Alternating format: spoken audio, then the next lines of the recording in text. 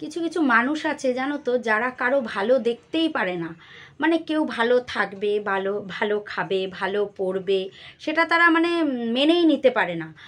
তারপর যদি তার পয়সা কম থাকলো তাহলে তো হয়ে গেল যে তার তো পয়সা নেই, সে কেন ভালো খাবে, কেন ভালো পড়বে, কেন ভালো সে বাঁচবে, সেটা তো হতেই পারে না।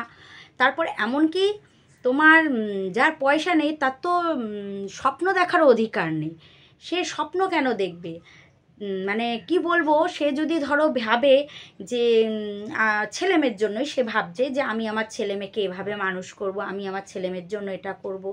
কেন ভাববে সে? তার বক্তব্য, সে কেন ভাববে? তার তো পয়সা নেই, সে এসব কেন ভাববে? তার তো এই স্বপ্ন দেখার কোনো অধিকার নেই, সে কেন এই স্বপ্নটা দেখবে?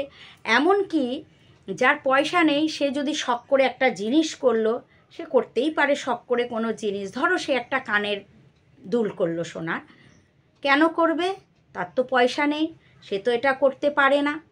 মানে এমন অবস্থা, মানে সব কিছু, ভালো থাকার, ভালো খাওয়ার, ভালো পড়ার, সব কিছু অধিকার যেন যার পয়সা আছে তার, বুঝেছো?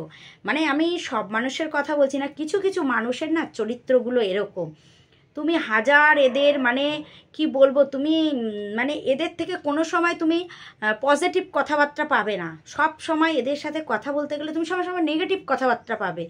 মানে এরা সব সময় তোমাকে নেগেটিভ কথাবার্তা, তুমি যদি দুপা এগো, তোমাকে দুপা পিছনে টেনে নিয়ে চলে আসবে, মানে তোমাকে এগোতেও দেবে না এরা। মানে এই ধরনের, এগুলো আমি বুঝি না, এগুলো কি ধরনের চরিত্রের মানুষ। তোমাদের দেখা এমন মানুষ আছে কি না আমি জানি না, তবে আমার আছে। আমি দেখেছি এমন মানুষ, যে আছে এরকম মানুষ। হয়তো আমার সাথে তাদের কথাও হয়েছে।